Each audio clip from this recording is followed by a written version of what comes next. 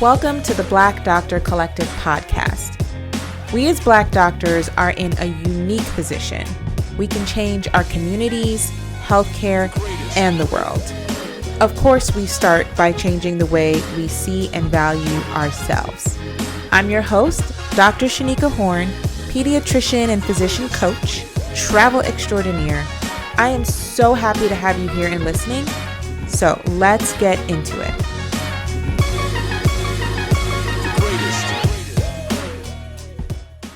Hey y'all. So I want to talk about not doing the most at work, like all the unpaid work, doing things you did not initially sign up to do, adding on tons of tasks to your plate. I think that is what leads to burnout. So that's what we're going to talk about in this week's episode.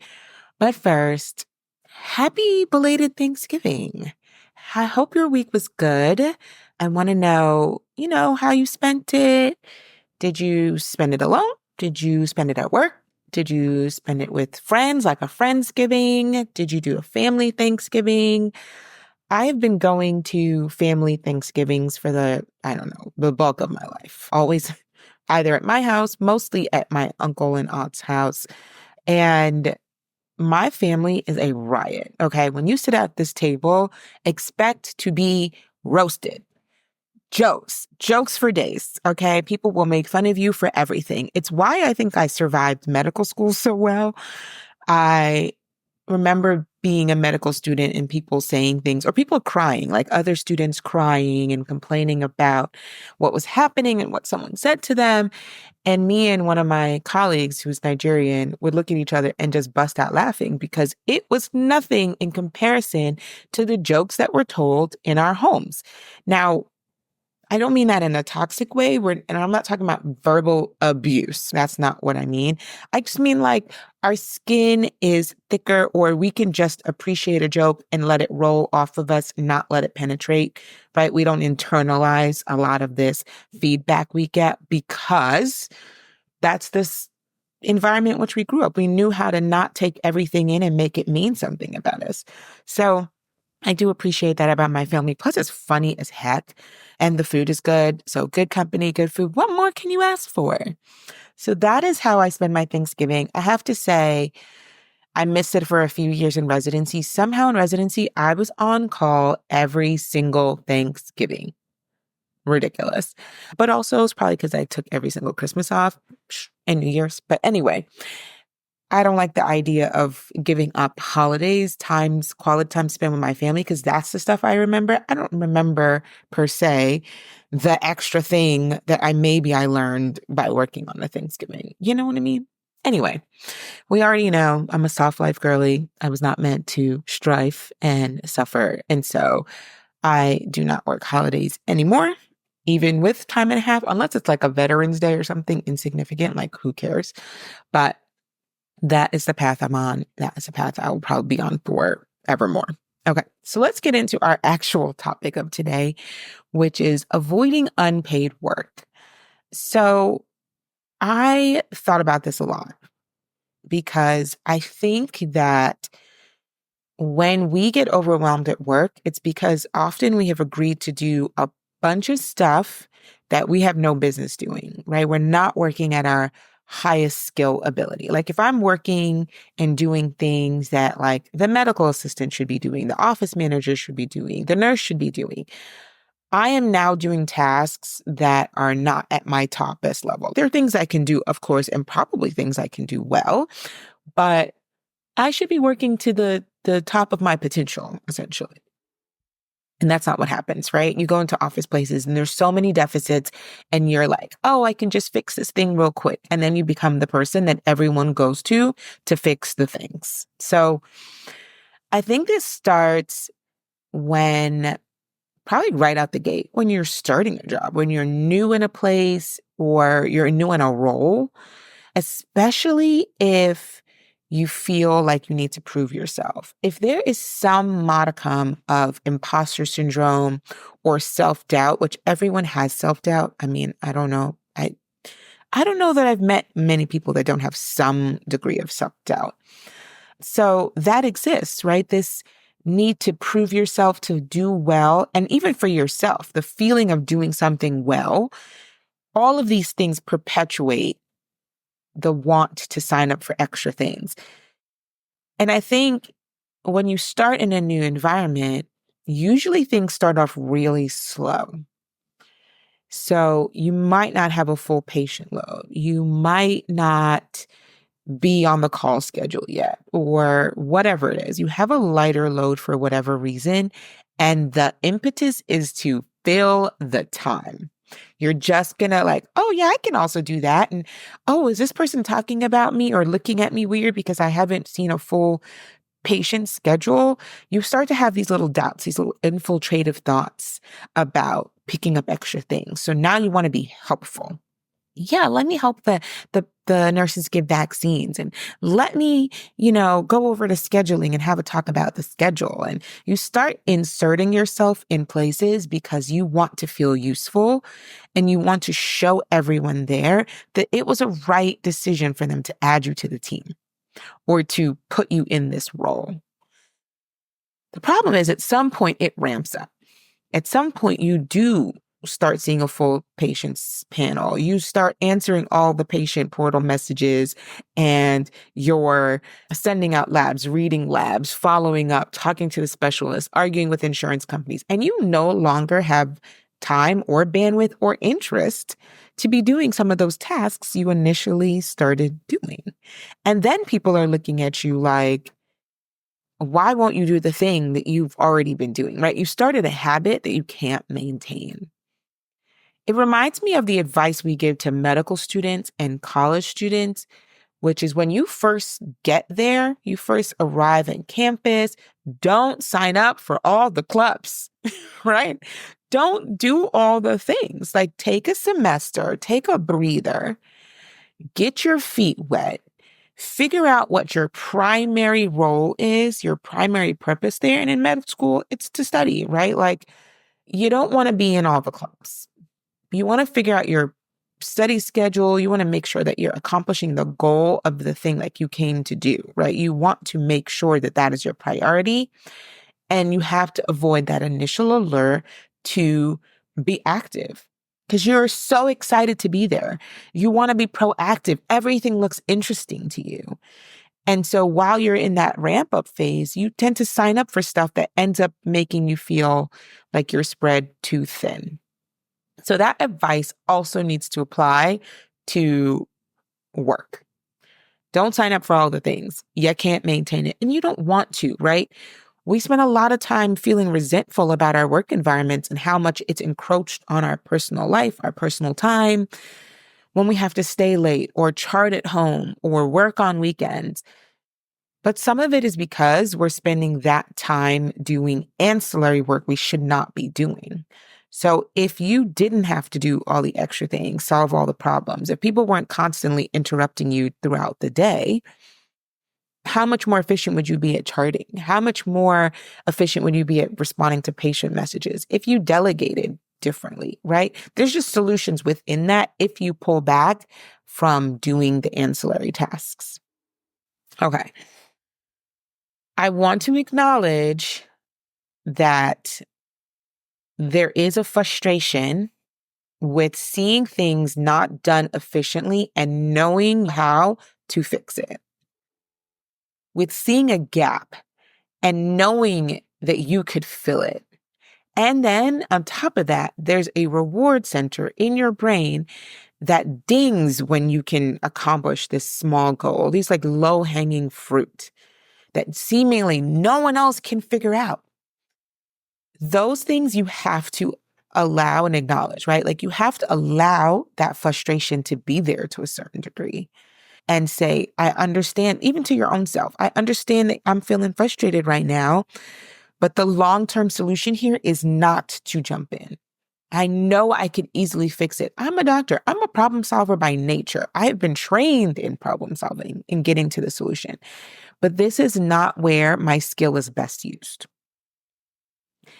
It's funny, right? Because a lot of this stems from imposter syndrome and self-doubt and wanting to prove yourself and showing your value and that feeling of fulfillment that you get from doing it and proving even to yourself over and over again that you are good at coming up with quick responses or quick solutions, effective solutions. Because you have that doubt. So you're constantly proving that to yourself with all of these little minutia tasks, these ancillary tasks. It's amazing how your brain can have that dichotomy, that you can both be an excellent problem solver. You can figure out things that people could not figure for months or prior to your arrival or your assignment, while simultaneously be thinking that you are not good enough or people are going to perceive you as less than in some way and that you still have to prove yourself. These are contradictory thoughts. If you don't examine both of these things, you will not realize that they cannot be simultaneously true.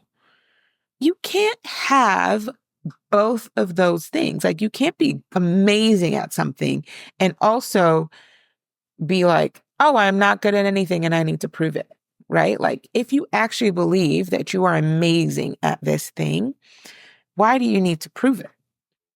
Right? It's like you have to spend time in your own mind. It's a jungle up there sometimes. It's tricky. So here you are, you start a new role, or you're in a new job, and you want to put your best foot forward. And you're now dealing with that drive to do extra tasks. Sign up for that research. Oh, they asked you, oh, are you able to do this thing? Can you help us with this research project? Can you tutor some of these students? Can you take on educational rounds? Can you? The next thing I really want you to challenge yourself on is stop answering the question from can you? Are you able to? Of course you're able to. And that is what I think pushes us to answer the question and just say yes. Because in our mind, we want everyone to see us as capable. But I don't want you to answer the question from a point of or a perspective of capability. I want you to answer from the question of like, do I want to? Do I have interest in? Do I have bandwidth for? Without making it mean that you don't know how, you're not capable of doing it. If you are spending time there where it's all about the self-doubt and you're not sure, but you think, oh my God, I don't know how to do this, but I can figure it out. You're going to spend so much time trying to figure it out or trying to maintain these things that you should have never signed up for because in your mind, you needed to prove to yourself that you could do it. We don't want to do that. We want to answer the question from a totally different perspective of why would I want to do this? I want you to prove to yourself that this thing that you're doing is a necessary task. So this is where it gets a little tricky, even for me and my brain, is that I was thinking about what do I want to say to you about what to do about this problem? And my initial thought was like, we want to avoid all unpaid work. We want to avoid people seeing you as the go-to person and the problem solver and then begin to lean on you in a way that, of course, causes you to collapse or causes you to burn out. And then I thought, okay, I had a client the other day and we had a conversation about some loan forgiveness. There was a loan forgiveness portion of her new job. And there had to be some paperwork that she had to submit. And part of the paperwork required the job to provide a criteria for why they qualified for whatever the loan category was, like a nonprofit criteria list or something she couldn't do. So she went to them, asked them for this list so that she could submit it. And no one could find the list, right? It went back and forth in email and people were not sure where to look for it. And they thought it was on the internet and blah, blah, blah.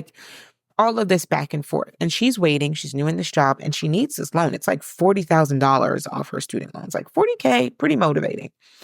She ends up finding the document on the company intranet, right? And then presenting it back to them and saying, is this the document that you're looking for that I could use to make sure that this site qualifies for employees to have this forgiveness? And they were like, oh my God, yes. And so in that case, really, that really was not her job, right? To like be looking for this document. Like that's totally an HR job or whoever's job. It's not her job, especially as a new employee, to help the site figure out if they qualify for a loan. However, it was completely in her best interest because if she didn't step in and problem solve, she would have lost that money. And she was both frustrated, like I described in the beginning, frustrated that these people could not figure it out, but also there was a level of fulfillment that she, as a new person, could figure it out. Like, okay, I got it. I figured it out. It's done, right? So I thought, okay, well, maybe the exception to this rule is that you're doing it for mutual benefit. And my brain, my amygdala, who I call Amy fondly, is having a whole fit because she's like, this is mad selfish. Imagine if you lived in a world where people only did things that were beneficial for them, which honestly is the world we actually live in, if y'all have been paying attention. But that's not the person I want to be, right? I don't want to follow the status quo just for following the status quo. I want to embody this image of being the better person. Being a person, it's a little bit of an elitist reward system in my brain. Like, I am a good person, right? But I do want to live by my values and by my morals, which does mean leaving things better than I found it. That's one of my principal things that I love, right? That gives me a special zing, is to leave things better than I found them. So I thought, okay, I don't know what to say about this. Do I tell you guys only do things in your interest or do I not? And so the thing is, it's just more nuanced.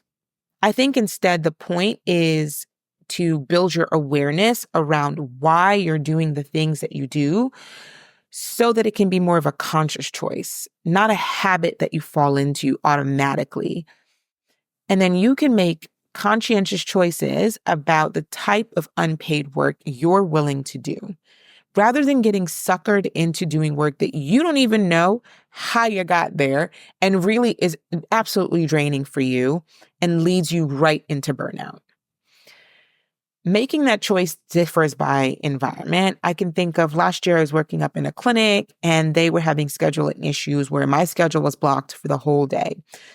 By accident, I think, by the office manager. I don't know. So I'm at work and there's literally no patients on my schedule. And my MA was like losing her mind. She was like, I called the office manager and I called scheduling and I don't know why they can't solve this, and on and on and on and on and on. And I was sitting at my desk like, I have no intentions of trying to be involved in this problem. If they want to pay me to sit here and collect dust, they gonna figure it out. And for me, it was a little bit of a struggle because I'm like, oh, but patients, they need to be seen. And I don't want to be seen sitting around doing nothing. Like I had a lot of internal dialogue, but also I realized that this was not a one-time problem and that jumping in now was never going to lead to a permanent solution. And I really needed to sit this one out. I did not want to frustrate myself or wear myself down trying to solve systemic issues that no one was going to care that I tried to solve. Wasn't really going to solve it long term. So that was for me the time that I sat something out. And actually it felt good. Like at baseline, the thrill of accomplishing a goal has me in a choke hold, okay?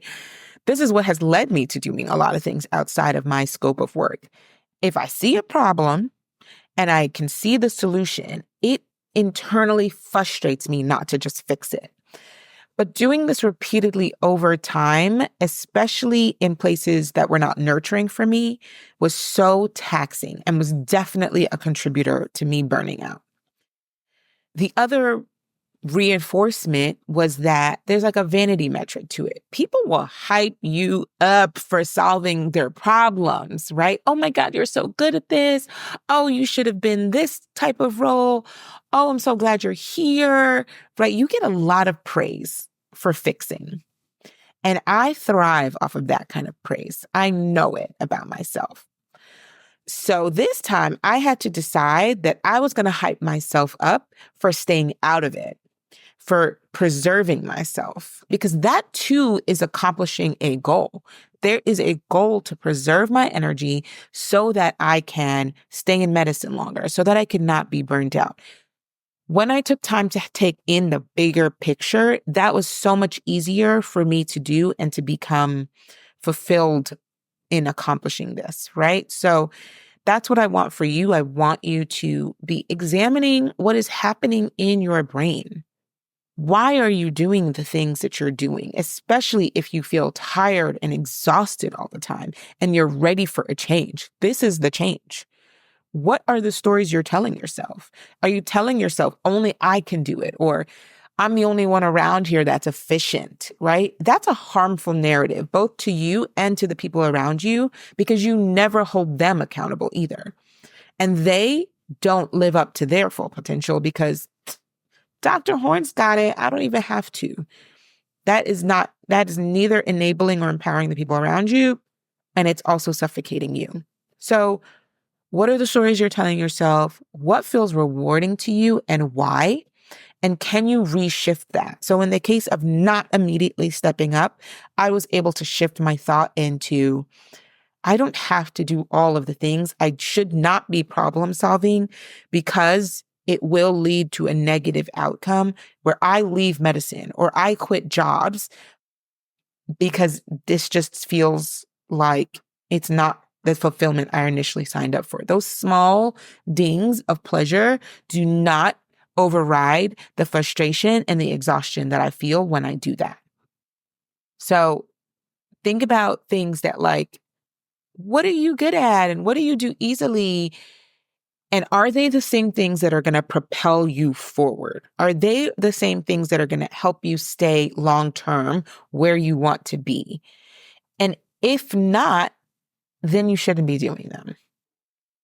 Is the task that someone's asking you to sign up for, or the gap that you feel like you need to fill, is that going to wear you down, or is that going to accelerate you? So I guess that's the lesson, right? When I was debating, like, do I tell them to not do good in the world? Because that felt so unaltruistic. And our underlying identity is around altruism. The lesson here is don't do things that do not accelerate you, that wear you down, because it's not good for anybody. And that's basically all I have to say. I hope that you have a wonderful week. Hope you don't spend too much money over this holiday upcoming season. And we'll talk about more stuff next week. And if you have questions, please submit them. I would love to hear your questions. It's been a little slow on getting some questions in, although people ask me questions in real life all the time. I want to hear from the podcast audience, right? People who tune in weekly. What are some topics that you want me to cover? What's a question you have in your brain that you're like, I don't know how to do this thing? Please submit it. Let's talk about it. Let's talk about how to get what you want at work. Let's talk about some barriers that you're facing. I want to hear from you. All right. Have a great week. Bye. Thank you so much for listening. Please subscribe to the podcast. And what I want you to do next is link us everywhere you can. Instagram at The Black Doctor. Just become part of our collective. I want you here. Thanks. Until next time. Bye.